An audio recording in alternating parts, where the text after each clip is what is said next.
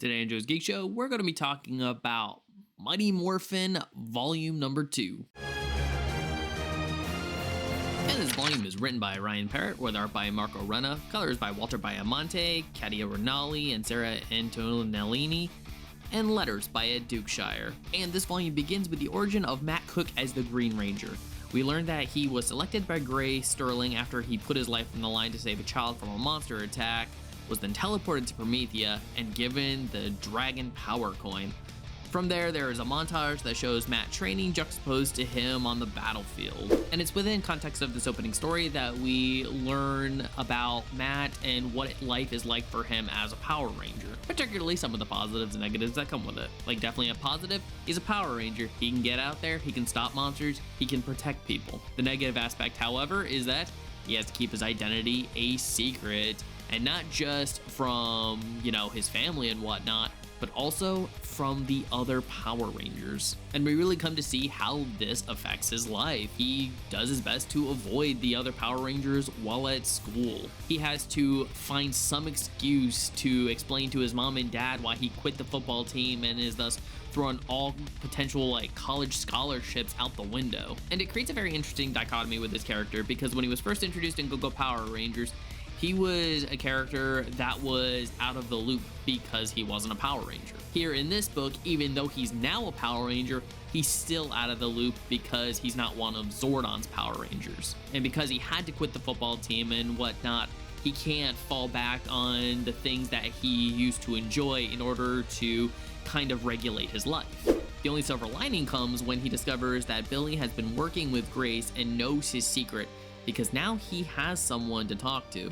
It's also in this moment that Billy informs Matt that his dagger is more than just a weapon, but actually a flute to be able to summon the Dragon Zord. And one sound effect later, the Dragon Zord comes popping out of the water, and I just love how the Dragon Zord is depicted in this scene, because on the page we see Matt as this tiny little figure, and the Dragon Zord is this giant mech that's just, standing so high and has this sort of godlike demeanor about it. And I also really like how the Dragon Zord comes in close, allowing Matt to touch it, and this being described as a bonding moment. Because also when it comes to Power Rangers, the Zords aren't typically just machines. There's often a conversation about them having a level of sentiency.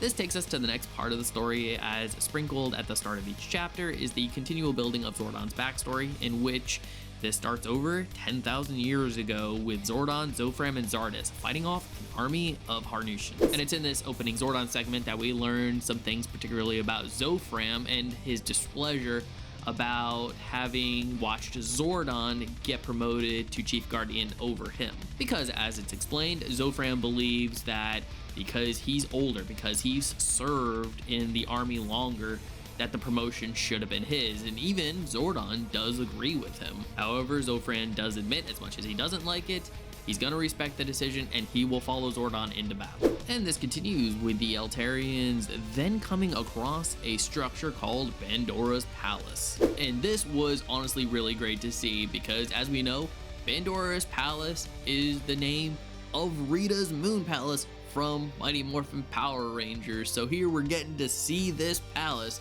before it belongs to Rita.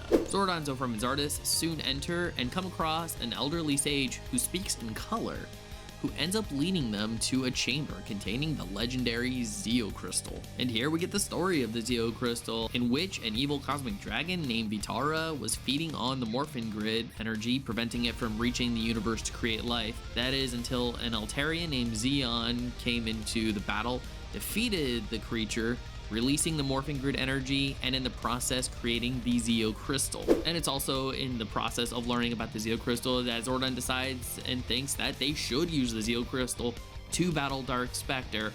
However, Zofram says that the elders want the crystal protected but never touched. Therefore, that's all they're going to do, of which Zordon has no choice but to comply with the orders of the Supreme Guardian.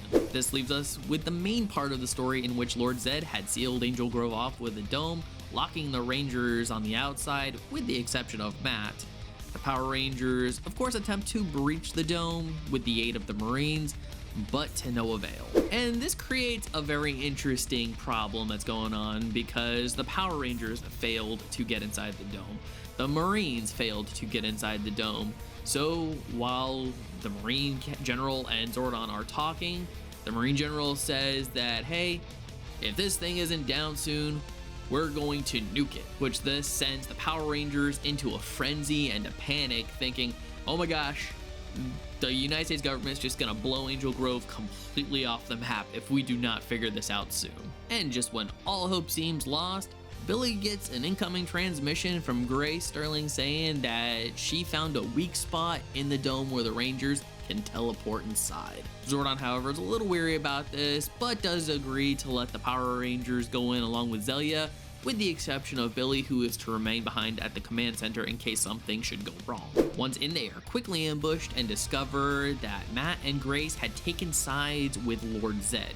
Tommy, Aisha, and Zelia escape, but Rocky, Adam, and Kimberly are taken hostage. And it's around this time back at the command center that Zordon is contacted by Zardoz, who is now the Supreme Guardian, and informs Zordon of the impending threat of the Imperials and wants to form an alliance with Earth. Meanwhile, inside the dome, we're getting a very interesting experience here as both Tommy, Aisha, and Zelia are witnessing effectively a paradise. All of Zed's monsters and putties are actually doing things like manual labor, stopping criminals. They even see Babu in the park helping plant trees. And this of course creates a very interesting discussion between Tommy and Aisha, because Aisha's thinking, wait, everything's great here. Do we really want to get rid of this?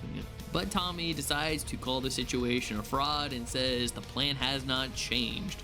We're still taking this dome down. But I still find that was an interesting characterization for Aisha, because even though she was witnessing a lot of good, you think with her dealings with Zed, she would be a little more wary of it, thinking, okay, could this all be a setup? Is he mind controlling everybody into, behaving themselves? But back with the other Rangers, they were taken to Promethea, where eventually Lord Zed appears and offers to leave Earth forever if Zordon surrenders to him. This leads to Aisha and Zelia creating a distraction so Tommy can regain control of the Tiger Zord, which results in him being attacked by giant super putties. Back to Promethea, the other Rangers are also witnessing this and decide that now is time to attack as well, as they start fighting Zed and his minions, which allows Matt to slip away and contact Billy on how to keep the Dragon Zord in fighting condition, of which Billy instructs him. However, Zordon is still in the room, which means Billy is now forced to tell Zordon that he's been working with Grace this entire time, and he was the one that stole the dragon coin and gave it to Grace in the first place. And Zordon is rightfully mad. However, Billy does bring up a very good point, and the reason why he did it in the first place.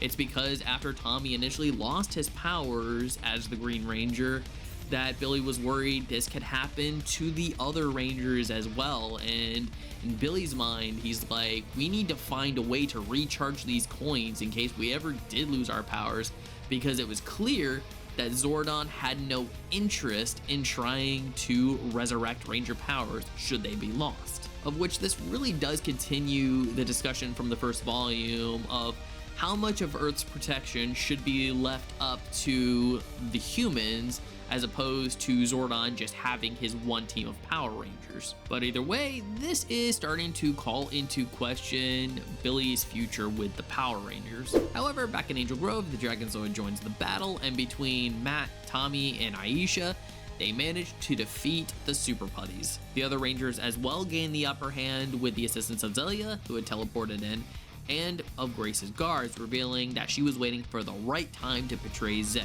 At this time, Zed has no choice but to flee and teleports out, but also taking Zelia hostage. The volume then begins to wrap up with the core Rangers returning to their normal lives, Billy wondering if he has a future as a Ranger, Matt dealing with his new life as a public Ranger, and Zelia behind Zed's bars. And once again, I really enjoyed this story. It's continuing to expand and build upon itself. The situation is getting worse, and now there's about to be this big rift in the Power Rangers, as I'm sure there's going to be questions of Billy's allegiance to the team, and as well leaves the fate of the Earth in question, as we know that the Imperials are now on their way to Earth. Zordon'S wants Earth to join the Altarian Alliance, and overall, leaving us with a feeling that things are about to get a lot worse. So Mighty Morphin Volume 2, what did you think about this book if you've read it? I'd love to hear your thoughts. Please leave your comments in the comment section below. And if you like this video, don't forget to hit that like button, share it with some friends, subscribe if you're not subscribed already, and ring that notification bell for more comic book content. And if you're wondering what to watch next, consider one of these 2 videos. Alright, take care. Have a great day, and as always, stay geeky.